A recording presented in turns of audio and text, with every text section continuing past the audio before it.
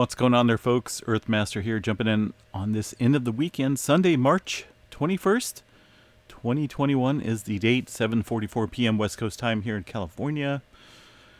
And just going to do a quick overview of the earthquake activity throughout the last 24 hours or so, and take a look at volcanic activity, which is still continuing there in the Iceland region. The latest quake out here on the globe is a 3.1 right around, what do we got here? Looks like right around potentially central Oklahoma area. Let's go ahead and check that out real quick on the earthquake map here as we zoom into the beautiful state of Oklahoma. Hoping to get out there pretty soon for some storm chasing. Hennessy, Oklahoma, 4.4 kilometers below surface for this 3.1 that struck here just about 10 minutes or so ago. It looks like automatic status, no reports of filling it. That's kind of odd because normally a 3.1 will definitely be reported. Let's see what we got here. So yeah, okay. Just not a whole lot of reports on that at the moment. As far as other earthquake activity goes, pretty quiet there, above 2.5. As far as the all magnitudes, a little bit more increased on the map, scattered throughout the state of Oklahoma.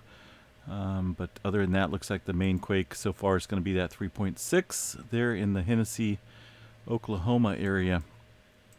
Southern California rocking a little bit down there on the western part of the plate boundary. That's going to be the North America or the Pacific side that Los Angeles and the entire jungle down there sits on. Not a whole lot of activity down around the Salton Sea area. Looks like that earthquake swarm has dwindled down and completely demolished for the most part. A little bit of activity off the coast there around the Newport Beach area along this, what's this little fault system right here? Thumbs, Huntington Beach. Alrighty. Anyway, this area down here, definitely a complex system of faults and whatnot. I'm sure there's a lot of undiscovered ones as well, but this one sits just to the east of that little red line here, which is the Huntington Beach fault, it looks like. 1.4, nothing big, folks, just a little movement out there off the coast of Southern Cal. Ridgecrest area, still seeing their continued aftershock activity in the microquake category, as well as up here in Nevada and around the Long Valley supervolcano. Nothing new to report there, no significant magnitudes taking place at the moment. Oregon and Washington looking pretty quiet. The Cascadia subduction zone quiet as well. And we'll take a look at the bigger picture. Alaska, always another hot spot of microquake activity through the Anchorage area and areas to the north and west. Not a whole lot of movement here since we've seen that activity off the coast of Japan, that 7.0 that struck there well over 24 hours now. Activity has died down tremendously. Check it out. That includes the activity in the north and to the south. In this type of scenario, I believe more than likely we should see activity pick up along the western coast out here, since we're looking at a period of buildup of seismic activity along the western part of the Pacific Ring of Fire. Just kind of calming down for the moment right now. And normally when that happens, we look at activity picking up here to the east. That includes the west coast, Alaska, and also into this area down here into South America. We see seismic activity increase dramatically. As far as the South America area, looking at 5.0 near Bolivia. Man, I really want to visit South America. It's just been on my list for a long time. Darn it. One of these days, right? 5.2 also there in the Bolivia area. These quakes here are very, very deep, indicating some subduction zone earthquakes. Check out the depth on that earthquake right there in Bolivia. Almost 600 kilometers, folks. I mean, that's very, extremely deep. I can't say I've never seen one that deep before. A couple years ago, we seen one, I think it was just north of here, that struck, I believe, over 600 kilometers downstream there, below the surface. So, but that's some significant movement way down there. A 5.2 at almost 600 kilometers in that subducting area, Peru Chile Trench region. and some other shallower but still deep earthquakes. There was one right there, 4.6, and a 5.0, just below 200 kilometers below the surface. Those quakes were prior to the 5.2, the more significant deep earthquake right there inland. And that's, man, I tell you what, that's some good movement there. Things kind of ramping up there in the South America area. Of course, when you get, it's somewhat very similar to what we're seeing up here off the coast of the northwest, maybe on a large scale though. You get this subducting area that we have called the Cascadia subduction zone up here, kind of going underneath the Juan de Fuca plate, going underneath the North American plate here. We get these, sometimes we get large deep earthquakes inland as well. It's been a long time since we've seen something similar to what's going on in the Chile area or South America region, Bolivia. But sometimes we do get them inland into the states of Washington. We get these deep earthquakes, 6.0, 6.5, sometimes greater, when that area downstream gets stuck. It's always stuck over here along the Cascadia subduction zone, the locked section. Of course, inland, downstream, 30 to 40 kilometers underneath the surface is a slow slip event area. But we do get locked sections as well down, further down.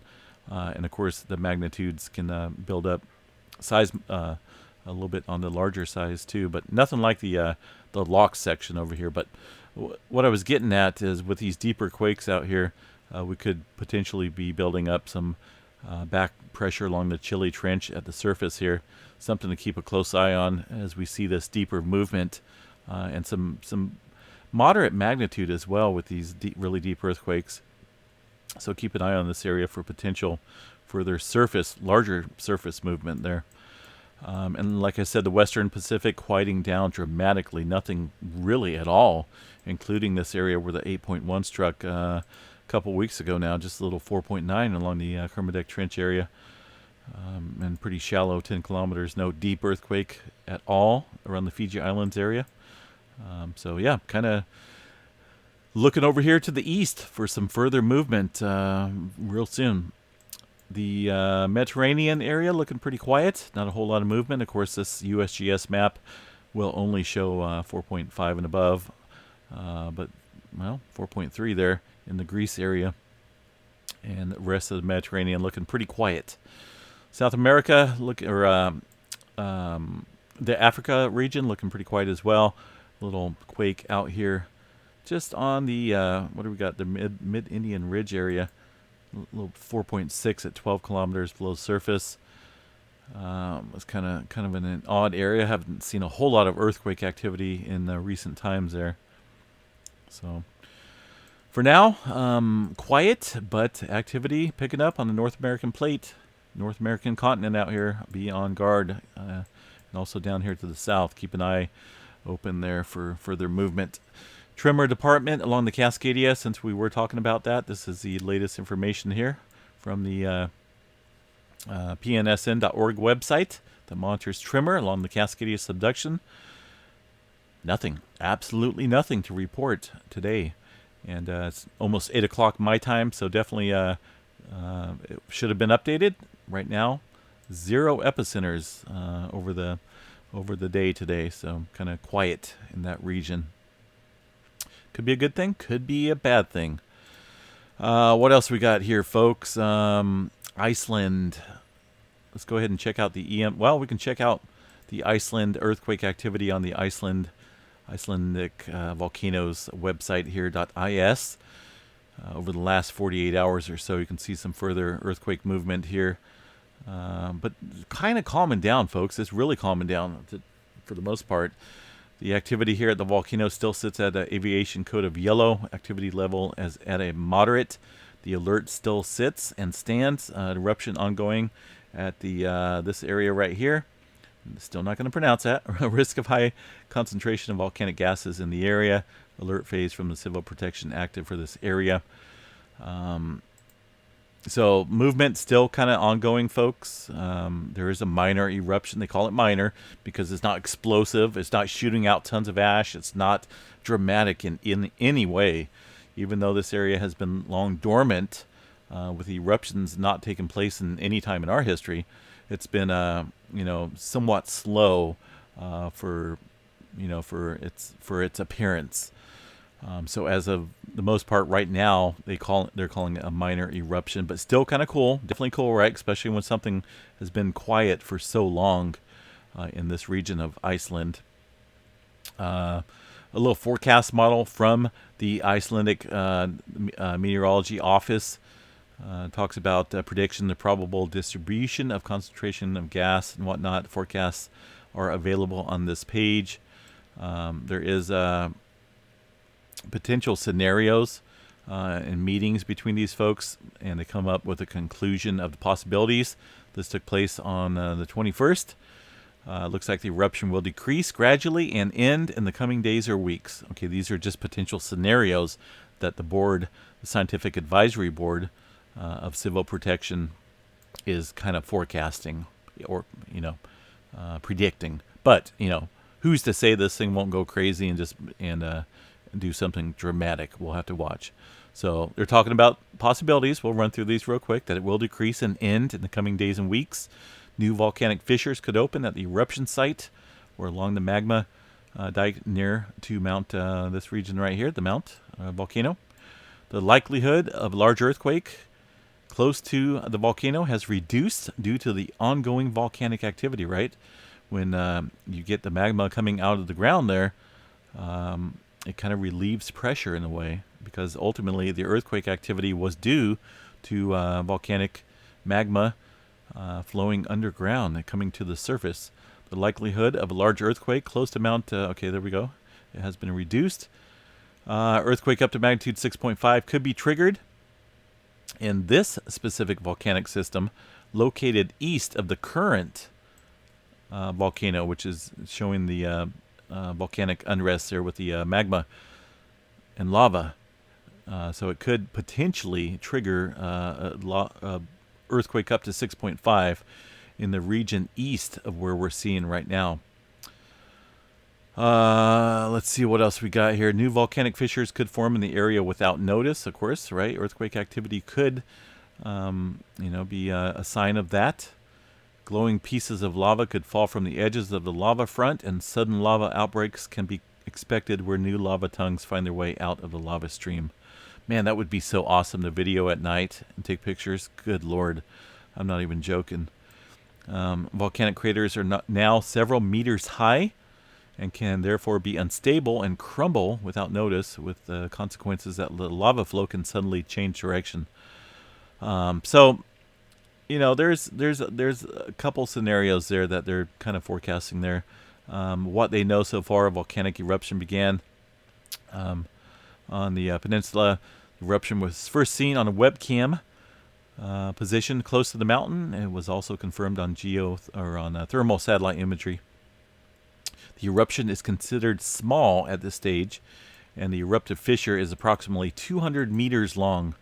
The area of the lava is covering an area that is approximately 500 meters wide and considered less than 1 kilometer, it looks like.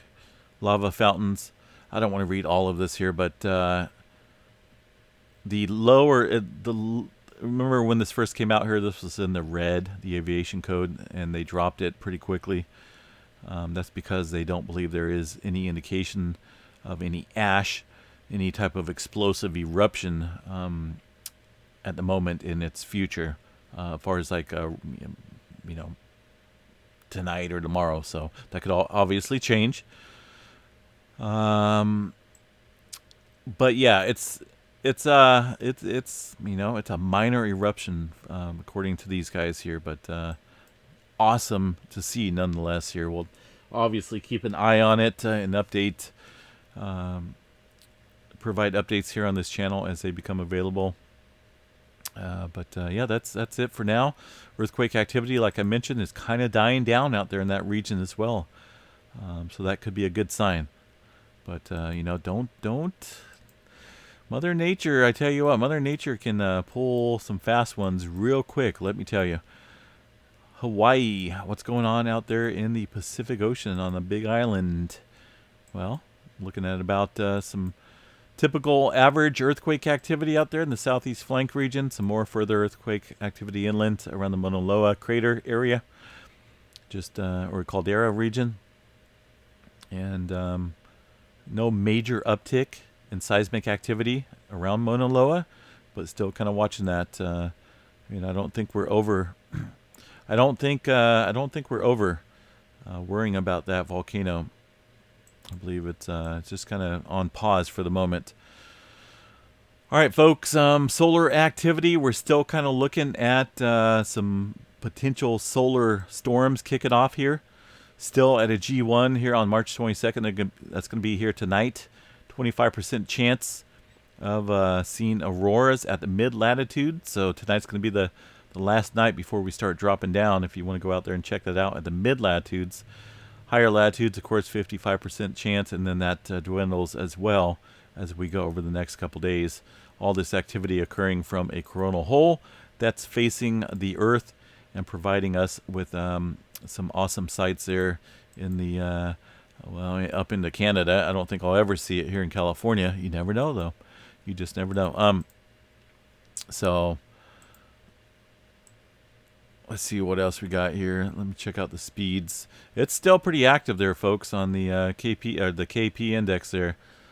Even though we're at the green, it looks like I'm expecting that to ramp up a little bit with the forecast models I've been looking at. That will strengthen and provide the a much more defined aurora oval in the northern areas there later tonight.